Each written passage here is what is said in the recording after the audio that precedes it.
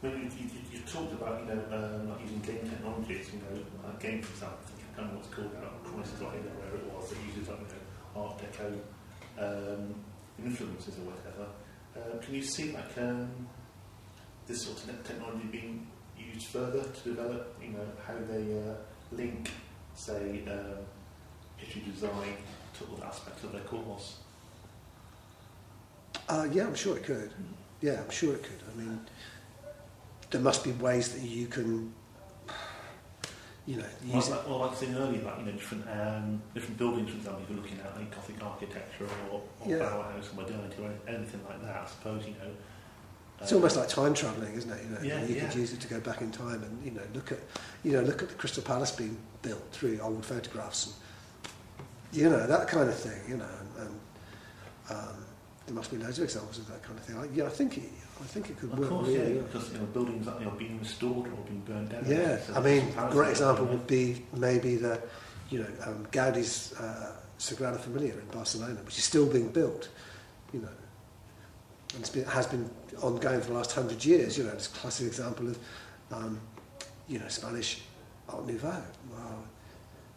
I've been to the building and I've walked around it and I've walked around the turrets and but if they could do that virtually, I'm not saying it's not the same experience, but it's kind of, it might make them think, I'd love to go there and have a look at that, and so it's just. Maybe it's like an anchor, if you like, or a hook. Yeah. To maybe see the real thing. Yeah. See the link towards, how it relates to buildings. Yeah. I mean, it's all sort of, you read about something and you might think, a couple of people might think, I'd like to go and see that. You show somebody else a picture and you show somebody a piece of film, and wow, But if you show them something that, with a piece of technology that they are all using in different ways anyway, it's almost... I think it's us using a language of communication that they understand. I don't yet, but they do, because they do it all the time. And I think maybe us as teachers have to realise that maybe we could use technologies that are familiar to them for our own purposes.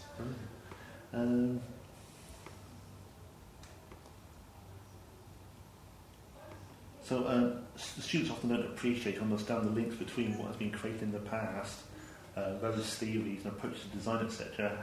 How they can use it within their animations and websites. So, like we were just talking about there, they don't see the links between some of the theories you're talking about and its relevance in the real world, do they?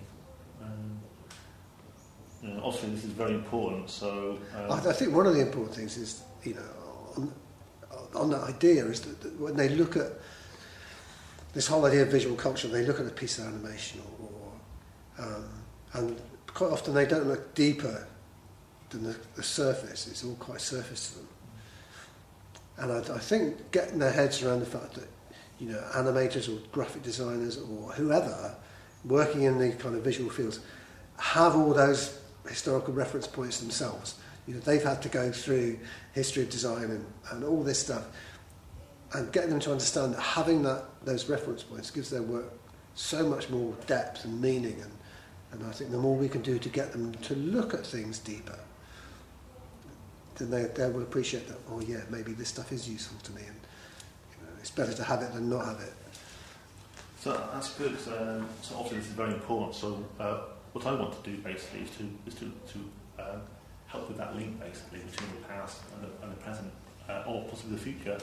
And one of the things I was thinking about doing is showing them of how possibly semiotics affect design, and how people interact with those designs and animations. All right, so I think that's. I mean, we did a little bit on semiotics earlier in the term. We're getting them to look at logos. Logos is not just a logo that somebody has. Actually, there are things in there that it could be through shape or colour or a word or the way something's laid out that's actually telling you something. It's signifying something to you. And sometimes it's quite obvious and sometimes it's not. And it's getting them, as designers, they need to understand that, and use those ideas just to give their work a bit more meaning and a bit more depth. This idea that the McDonald's logo is red and yellow for a reason. That Exactly. That's you know, kids respond to red and yellow. Young children respond to red and yellow. I can't remember exactly, but something like yellow makes you feel hungry, apparently. You know, so those two colours are not just random choices; they're done for a reason. And so they won't have any appreciation of that unless they'd had that background in history of design. Absolutely, yeah. Well, one of the things I'm thinking of doing is like starting off like a simple test where they might look at some imagery and we'll discuss like connotations of the colours, the images used, etc., and the feelings they get when viewing a piece of artwork. And I will try and get them to place themselves in the artwork and facilitate discussion of what the artist is trying to say, etc. I will then take this to the next stage where I ask them to create a room around a chosen image and use the image or design to create an ambience within that space to reflect how they interpret that work. Do you think that would work? I think so, yeah. I'm doing a similar thing with another group I teach, whereas it's not through visuals, but it's actually through literature and getting them to kind of work the other way around, that they're reading about, in a book of their choice, a room or a space or whatever, a landscape.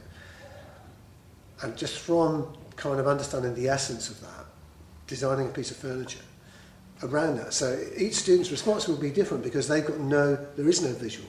But it could work this way as well, that you get them to understand by going into that visual and then working out. So that's kind of what I'm doing, but the other way around.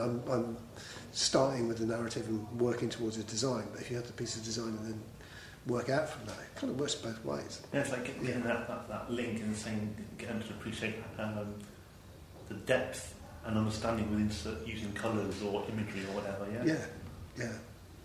It's funny that you... Because I think they just don't stop to think about it, because we're bombarded with visual imagery all the time, and they react to certain things in certain ways and don't know why, which is how the industry works anyway, But if they want to be a part of that industry, whether it's animation or whether it's through graphics, they've got to understand all that. They've got to know how that works, so how colours work, how people respond in different ways to different things.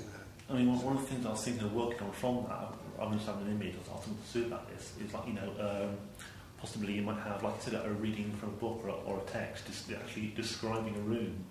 Then you get them to create that room, possibly. And then the interesting thing is, if you had 15 students, you will get 15 different rooms, because they will all see it, even though it's the description they're getting is the same. They'll all respond differently to it, and getting them to understand that they're all right.